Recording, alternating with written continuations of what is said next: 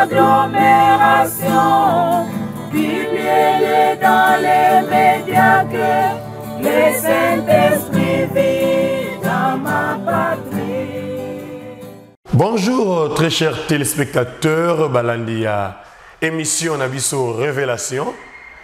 Toye bongo na deuxième numéro Nabiso. Pona ko kundola, ko betali solo, ko révéler na bande ko nyonso oyo biso toye bakite li solo oyo. Et salamaki, et salama, pe eko salam. Alors, na yango lelo toko yamba invité Nabiso oyo boko yebaye, boko découvrir ye, boko yeba nini oyo ye asala. Na ndenge tozali kaka kolobaki émission na biso ezali juste na cadre ya kolakisa na bandeko ya koyebisa na mokili bato oyo peut-être totiaka kate mais baza na talent bazali na histoire ya kobetela biso na yango na lelo émission na biso révélation eyaki kokutana na ndeko moko papa na biso oyo toyebi biso maso misusu mpe toyebi ete tokodécouvrir ye lelo. Bonjour papa. Bonjour papa journaliste. Ok. Papa, on s'est présenté, Nabandeko, Basali Kota Labiso, Baye Bayo, Ozali Nani. Comme on a papa Omer, Diampanga, Azali Coris, Corée des dirigeants, Azali chef de chœur au niveau de la symphonie. C'est parce que ça là. Donc, papa Omer, lui, Azali choriste na chorale et dirigeant, et puis Azali chef de chœur na orchestre symphonique kimbangiste. Mais on a papa Omer appelé ça juste ecclésiastique. Papa Omer a salaka ni aza nani. Ya on ne bande ko balinga découvrir le lot na émission na biso révélation. Papa Omer nazali marié et nazali artiste de formation. Non pas de vocation parce que la balai ko dessiner na âge ya moi na penza. Ton na ko na première primaire. Baninga sur des dessins pour la Nagangaï. Et à 12 ans, comment j'ai dessiné dans un restaurant. Laquelle c'est un maman restaurant, c'est nous allons à voilà, papa Omer a qui moi dans le bas au mingi. Papa Omer a le biso Azali marié, père de combien d'enfants? 2 enfants. Père de 2 enfants. Papa Omer a sali parcours scolaire na Kinshasa. Oui, na bandi et parcours scolaire na Boma. Ça dit que 4e année primaire, dans l'année Kinshasa, qui n'est qu'un niveau supérieur. Papa Omer a lobby à sali ba étude na Boma. Donc papa Omer est natif ya Boma. Tant que boyoki papa Omer bien panga. Boyoki Boma, naza sûr que ndako botali bolobi li solo moko ebeta maki, kombo ya papa Omer etanga maki. Na numéro 1 ce que botali na li solo to betaki na maman Godé. Combo papa Omer batanga combo na li solo moko boy. Okoko maman Godé? Oui, maman Godé. Betela biso na li solo mokie na maman Godé to singwa. Ali Coris Corée des dirigeants Boma à l'époque. C'est ngai na année 1982 mais kendaka Boma. Asaki 4 ans na Boma. Donc c'est vrai que na Corée des dirigeants ba dépêcher papa un siku a fait cours de musique na Boma. Écoutinga kuna. Tant après ce cours de musique, il y a 147 élèves. Le thème c'est juste qu'ils m'ont poussé à penser qu'il y a une semaine. Après ce qui d'une manière accélérée, on va comprendre la musique. La seule personne on a compris la musique, qu'on n'a pas si court, on a vu l'élève naïe, on a pris baninga cours la musique. On est mon élève n'a pas de bosso avant la prise baninga cours, c'est maman Godé to singwa. Donc maman Godé aza élève ya liboso ya papa Omer Diampanga oyo toyokaki na lisolo tokobandela lisolo wana te bino nyonso boyi po bolanda ki biso. Papa Omer abeti lisolo a appelé ça qui cours. Donc papa Omer aza professeur. En quelque sorte il est professeur de musique parce que il a tango wana dans cadre de la musique. OK. Même na niveau Kinshasa awa ba ko ba dirigeant mingi même on a centre d'accueil. Dirigeant mingi Kinshasa ba musique de travail papa Omer.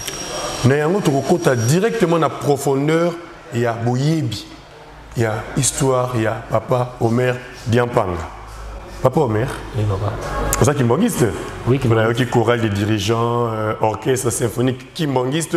Donc ça veut dire papa Omer Diampanga azali kimbangiste au côté église kimbangiste na anenini na agenini.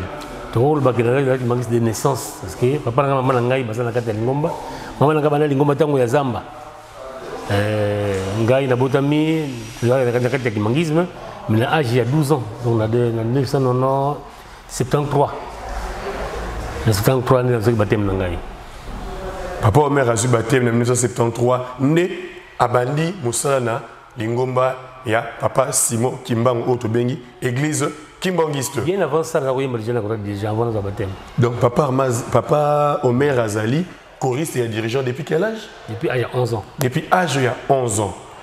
Bétéleption de parcours dans l'église Kimbangiste.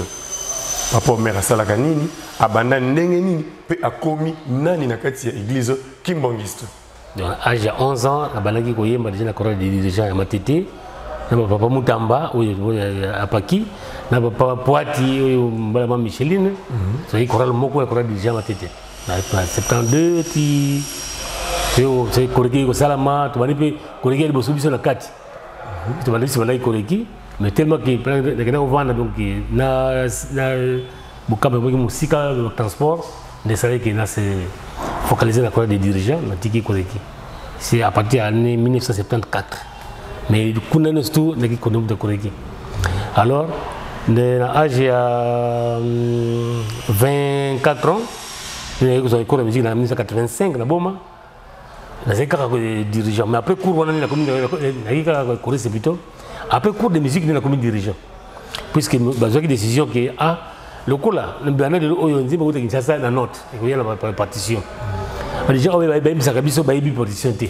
Nous avons une partition, donc automatiquement, on a quoi par papa Omer a commis le là, à partir de la commune dirigeant. Par après, on a formé une musique qui est allée à diriger. En 1986, on a dit que on a Kinshasa. On a commis Kinshasa, le premier jour de la répétition, quand c'est une ligne en pang, on a dit déjà direction générale. Après, il faut que la répétition des dirigeants. Ah, on a eu une comme sexualité, tout qui est à côté. Donc, la répétition, elle vous a des dirigeants, au mois de mai 1986. Quand la première séance de répétition, on a découvert tu peux me rester une note. Donc, le lendemain, on a créé une biotechnique des champs. On a membre de la biotechnique des champs et puis permanent. On a une biotechnique des champs permanent. De 86 92 donc bani bakuta epai ba inspiré bakoya ngana mabango na tini na note à cause ba konzoria ba basek arrangement. Donc na kolanda histoire ya papa Omer azali vraiment pilier na kati ya église Kimbangiste. Papa Omer ce qui va noter parce que en 1992 na comme ça ba voyage. On a accueilli Pointe-Noire à 3 reprises. Maintenant, en 1995, apparemment, à Tini, papa mangeait à Papa Omer. Papa j'ai mangé à Moulanga en plein culte. Mais papa Omer, papa m'a posé à Papa Omer. Pour me dire que l'année passée, mais ils ont mis au cœur. Si vous mangez tout ça, la cœur pour l'orchestre. Wana papa Armand, Diangenda, Basolele. Mais respect papa, né a Kobenga papa Omer pour intégrer l'orchestre symphonique Kimbangiste. C'était en quelle année? En 1995. En 1995 veut dire une année après début ou ouverture il y a orchestre symphonique Kimbangiste. Ça veut dire papa Omer Aza première promotion et orchestre symphonique côté cœur. Oui. Disons de Sali Yango. Ah, ok. Papa Jean Massang. Papa Omer a lobi bangondi Mbasali. Cœur, il y a orchestre symphonique Kimbangiste. Aza parmi bon, tu le fondateur, tu es passé fondateur, Ezali. Papa Armand, papa Omer Nazali, parmi Batu, Oyo, créé cœur, dirigeant, il y a les bosso, professeur, il y a les bosso, il y a cœur, il y a orchestre symphonique Kimbangiste. Zali Balé, Ngai, papa Omer Diampanga, papa Jean Massangi. Ok. Et Bobanda Kindengenini, premier élève Nayo, Zalaki Banane. Le premier choriste, disons, c'est pas une paille.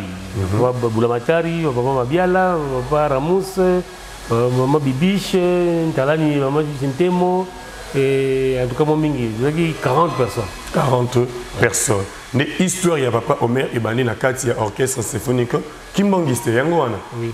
Et alors, enchaînement na ngoti na mokolo lelo. Donc ça qui prépare aussi dans l'ancien qui préparatif il y a concert il y a 10 ans il y a GSK groupe symphonique à l'époque. Alors tu travailles qui ben j'ai de ça là c'est le 15 août il y a qui 10 ans il y a GSK de ça qui concert dans le centre d'accueil à Monene. Après concert là on a un point de mort. Alors nous papa c'est pas la guitare. Pour la qui va me s'imiter. Quand on a vraiment bon pour mener pour ça c'est plus même voyage non wanati. Et de ça comme ça là l'orchestre des bandits là comme ça il y a nommé un chef de chœur. C'était en 1996. 96 papa a nommé Ngaï chef de chœur. Partant de là mais tu comment le chœur il y a orchestre symphonique qui mangi c'est ça la combien de promotions déjà? Chœur comme la 9 promotions déjà. 9 promotions. 9 promotions et papa Omer Ndé Tilelo Azali chef ya chœur. Oui. Ce que nous estimons le nombre d'œuvres où papa Omer a encadré à Yembisi na 4 orchestres symphoniques qui mangiste. Vous estimez on a combien? En tout cas, la idée beaucoup de passer vous avez belé. Il y a tellement belé.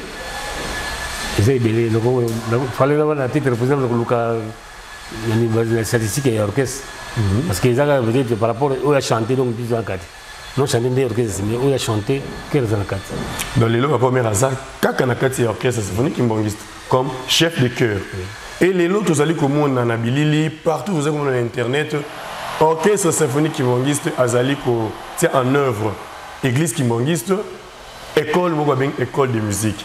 Je suis papa Omer Azali fait partie prenante dans la école de musique. Oui.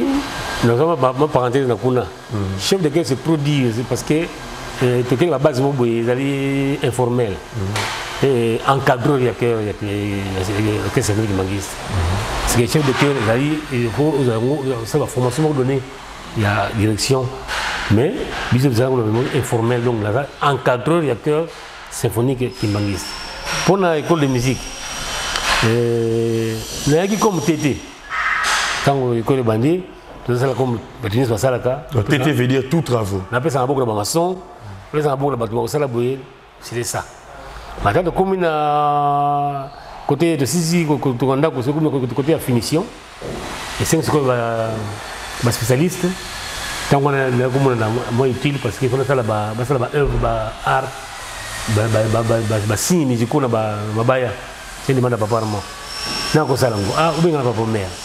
Na yaki tali ko ça en commun en tout cas la qualité mais ndeko moko pour me mettre la machine oyo parce que des fonceuses mo papa junior ya oska nazi de c'est na meki na oh oyo ko ça abi maîtriser malam dès lors na salle d'effort na maîtriser machine wande tinga ça la bloc oyo tous là tokene moi na lombango te question na tuna ki zalaki na papa Omer étant que musicien et orchestre symphonique qui mangiste encadreur et chœur mais nayo ki lisolo moko ebimi sikoyo awa que papa Omer ba œuvre attends papa Omer aza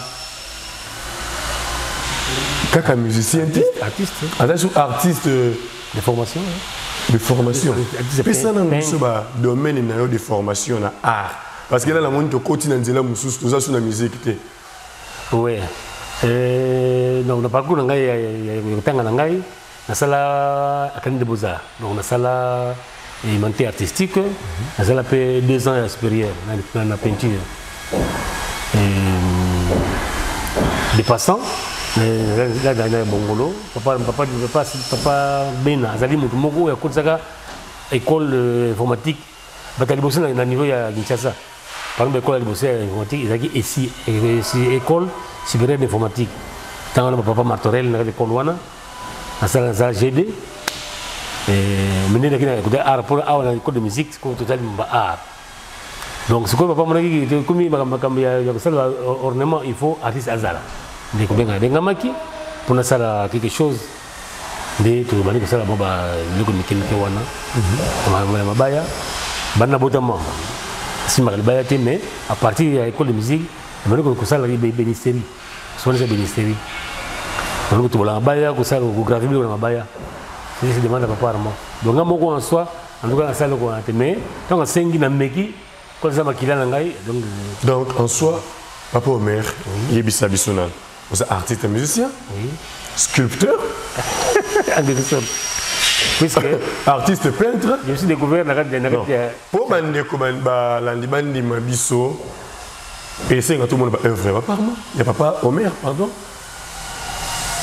Œuvre ni ne papa Omer à Sali, ou peut participer dans même l'école de musique, bah œuvre ni yo so Sali, ou yo trouve comme on a ceux qui zali to kosenga na même na registre on a quelques images, à quoi balancer les biso yango tout le monde a, bah œuvre ou papa Omer Diampanga à Sali.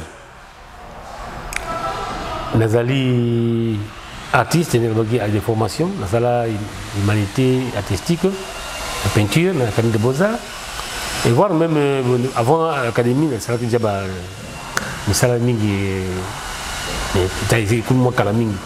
C'est tendu la manière de décorer dans le restaurant, dans le ONG. Alors, tant que le monde qui dans le pays de l'Issou, dans l'année 78, ils ont négligé. Donc, ça, c'est le tableau Moko. L'humanité artistique. Mais ça, c'est le tableau Moko et il y a Moko qui a exposé. La pays de tableau Langaï, il y a $1 000 comme ça. À exposer, le tableau Langaï, petit, on est autant. Mais après un moment, c'est comme négligé. Au cours de l'exposition, on va se battre. Au cas où il y a des tableaux, à bas prix, $20, $30. On a négligé. La petite initiative maman art. Ça va avec mon temps au moulay. Na ko sala muninga suko idinga na artiste dinga sala sala sio mais na mon exemple métier. Na sala suko pour idée yo. Au kansinga kaka. Et c'était comme ça toute ma vie. Dès 1994, dans le Point Noir, je s'intéressais à la sérigraphie. Composé par ça impression sur polo, sur tout support. Mais apprendre donc à Point Noir, les raisons ça en 86, et ne ko wana sama kamon awa. Ba polo mingi to ba uniforme et sur niveau ya bana 26 ngam la wasalango. Donc yango sali kitine ko en ko bala bisala, c'était la sérigraphie. Alors, et comment qui, en 2015, la loi qui s'est Mboudi, n'a pas Zama Telecom, n'a pas de problème, il y a le problème, il y a le problème de Magaté. Ah, ce qu'on a dit, c'est les athées. Mais le problème, c'est les athées. Ah, laisse le bon, on a besoin de laisser un cas. C'est un bon sens de l'anglais. Na sengi bike, donc on a carrément en Allemagne, on voyage en Allemagne. Alors, on dessine un film, on dessine un acteur à film.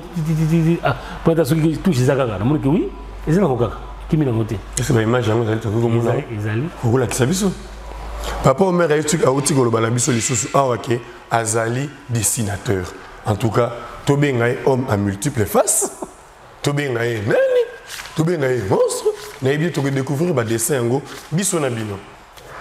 Donc, peut-être qu'il est malade. N'est pas la salle qui bloque. Ma dessin autre zali comme on est papa Omer ndé mutu asali yango na Bic Noir. La Bic Noir. En tout cas, très chers téléspectateurs, nous avons des talents. Toza na ba talent. Oh, union toza comme on est ba dessin papa Omer asali. Oh, Jackie Chan. Non. Hitman.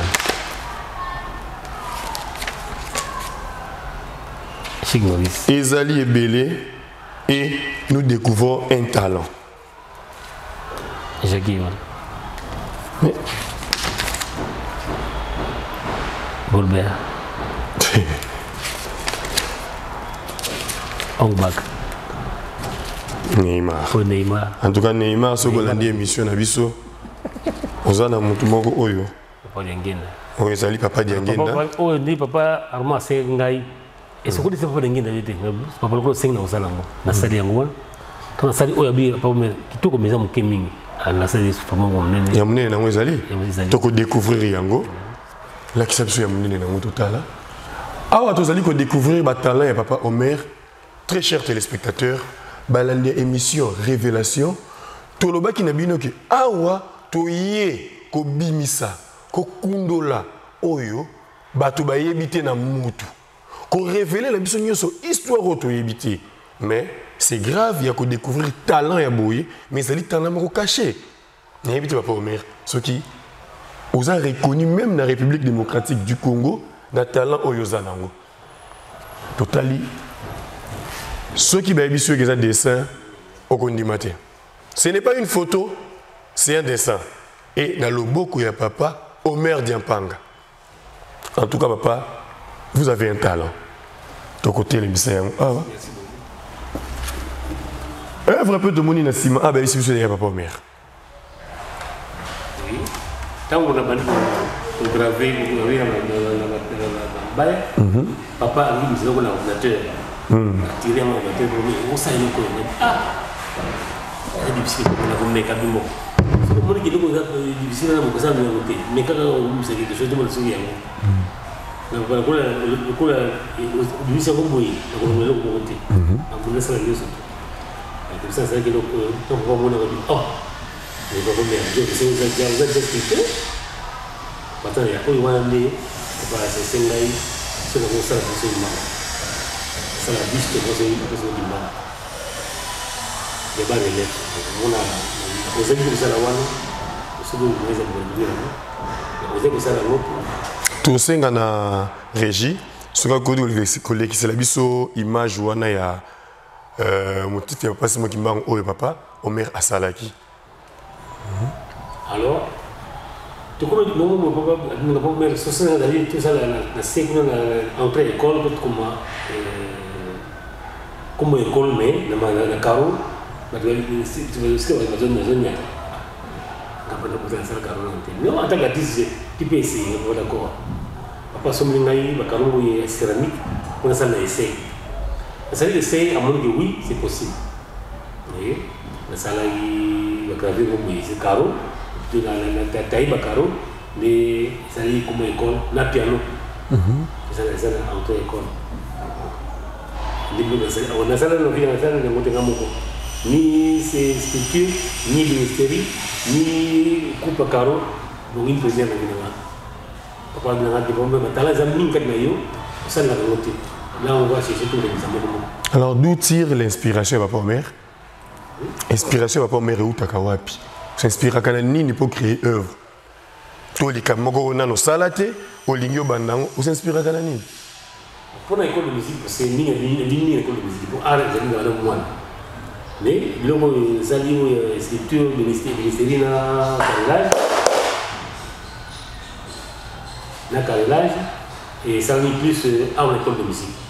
C'est demande à papa. Soit enseigner, pour dire ça sera complet, c'est que ça est dès qu'il y a ligne ça là, ça là.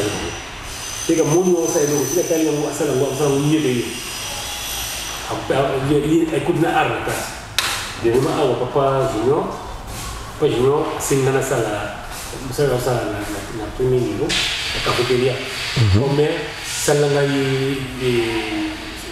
finition non c'est musique non ça tu sais ça là alors na sala qui papa le kutanga papa c'est bien bon mais on est donc ça le bon on ça la 5e on a tâtonné mais papa c'est bien et même dernièrement papa Steven a sengali na sala ye chiffre 2-0 na mabaya papa ba ministre baza bité yo comme ça là surtout de attente pour la maison la 3e na sali yango. Mais donc, le ministère dit oh, non, il y a encore de domaine de visite. Donc, on a dit bien fait.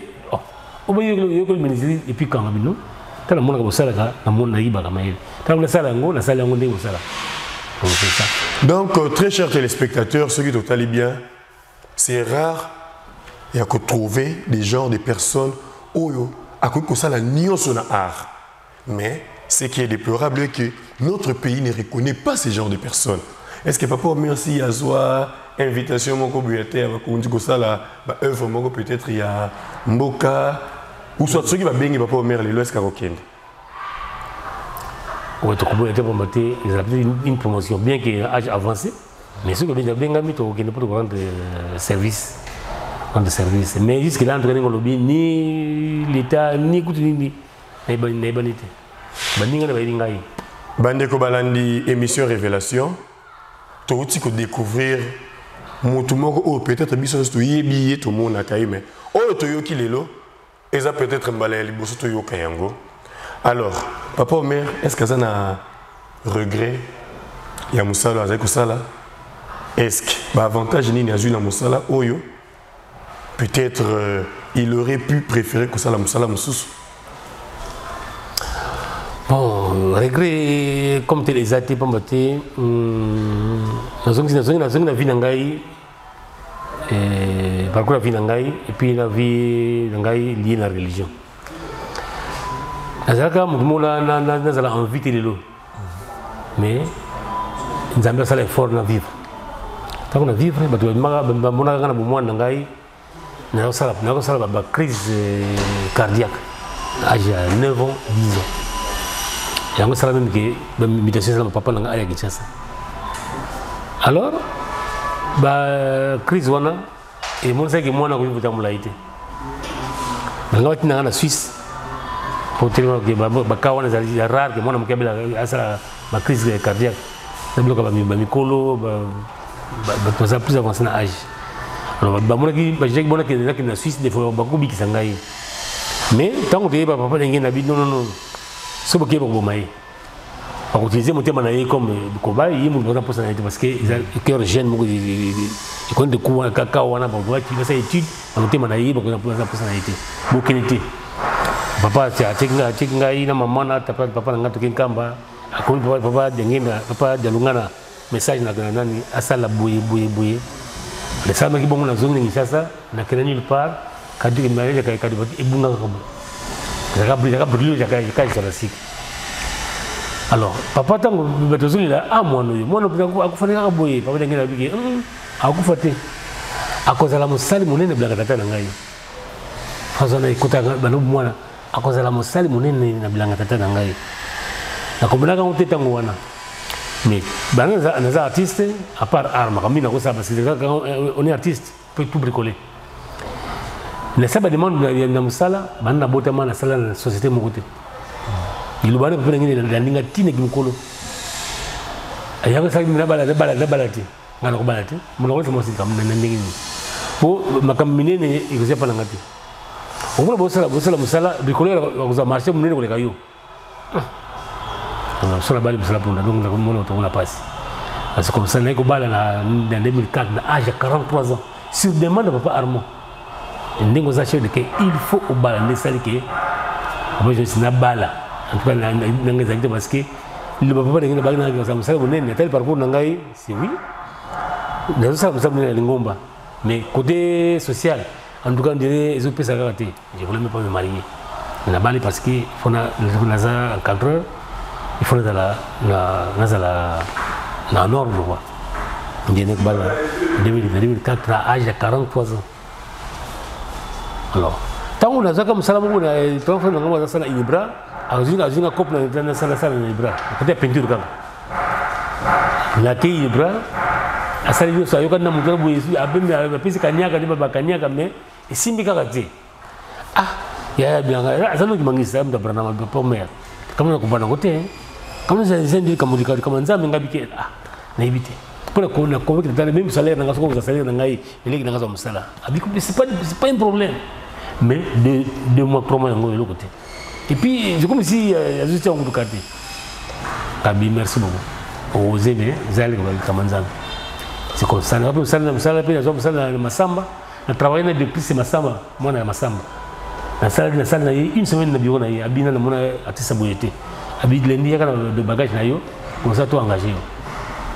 nasi bagage pour ko la zakina ba nani ya principe pa ngena na ko sali kamute sa ya yeba nasi ba de nga de document nga na ipa pa ngena papa nasi musala mais fona ke namba engagé nga yo na c'est il faut tanango wana tanango boya banani classe tout ça avec moi comme kama on a une bonne chance mon fils tant qu'il y a côté quand on a maman Mikala récupérer nga papa mère ni ngwa ngabino ngwa musala na sengono parce que les février abi musala ya ngona zoki ya abina ngai et pas zoki so bazio c'est là so bazio pété c'est là ngabi oh pour nous boya bino ngani papa sana ba nusu alinga te mukili utiliser bango yeka nga utiliser bango ngana ibakiti na muri Mikala nous ndi aza contre succès ngai Et na kena document na école Masamba, atina na di personnel. Na kena bureau personnel na comme pas aso remercier ngam sala ici.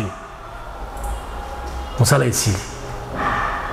Kuma ngara bunda, na siliki, mais ba calmer ngai na bimbe kati na ye. Donc bref, que le papa ngene na ngai ke na ngam sala mne na ngata na ye. Tala moni papa ma bisala bu na sala no ko voilà, ba kamza ngona yango c'est à celle ci comme on a sala na vie ngati sala boye ndaka tise ndo ala capable na mbiki pe e sala ni sala boye na mbiki pe e sala ni na moi le papa ngine baka na 1972 ya moi na mona école. Merci beaucoup Papa Omer Diampanga na ko fungwa maipa na biso na ko révéler biso makambo oyo biso toyeba kité. Et merci Nabino Bandeko balandi ya émission Révélation. Boyebi ke biloko ya malamu et où melakate. Na yango toko chuter na dernière question Papa Omer et que Papa Omer conseil ni na 30 secondes ko pesa na ba jeune artiste oyo bazali ko ya lelo conseil ni ko pesa na bango. Conseil za moko. L'amour du travail bien fait. Ngai na esclave eloko wana bana mwana ngai. Nalinga usa eloko te ndayo kritika ngo nalinga mabe nalinga rasa eloko msoka mona ngo akamwa kaka même ko ngo mbongo te mais soki na le boko na ngali wana na kolinga esala na nemka propre donc mona ngo akamwa ufuza kaka pour mer esala ngama bien to amour wana na singa bajina bazala ngo mingi na mona bajina baza pressé asala pona mbongo za mbongo na mi aleka basala mususu non. Merci beaucoup Papa Omer. Alors l'amour du travail est bien fait. Merci Nabande Konyo so vous allez pour na kolanda biso. Merci kuna la technique to monaki Papa Chief Mosei to monaki Papa Ikati nde basunga ki biso na sima ya caméra. Et merci na Bilonio Sopé na réalisation ya émission Oyo to bengi bongo bande koya Kimbangu International. Botika la malamu bengo to kutani na prochain numéro Nabiso. Bye et au revoir. Merci beaucoup Papa Omer na tana au pisa qui merci.